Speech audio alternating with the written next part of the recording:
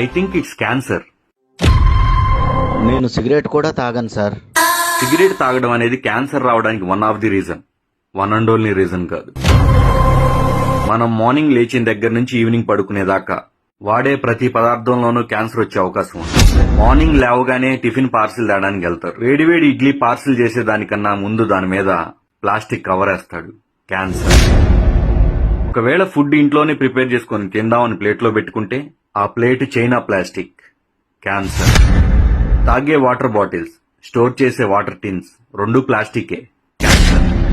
సాయంత్రం పూట snacks Manchuria తింటారు, దాంట్లో ఒక ఫోర్క్ ఇస్తాడు, ప్లాస్టిక్, క్యాన్సర్.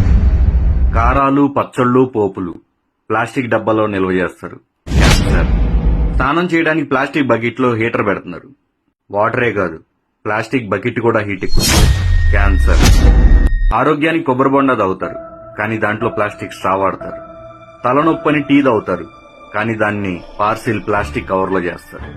పాల ప్యాకెట్స్, పెరుగు ప్యాకెట్స్, ఆఖరికి చిన్న పిల్లలు తాగే పాల డబ్బాతో సహా ప్లాస్టిక్, క్యాన్సర్. వీటన్నిటికన్నా మోస్ట్ డేంజరస్ మార్నింగ్ లేచిన దగ్గర నుంచి ఈవినింగ్ పడుకునేదాకా వాడే మొబైల్ ఫోన్స్, క్యాన్సర్.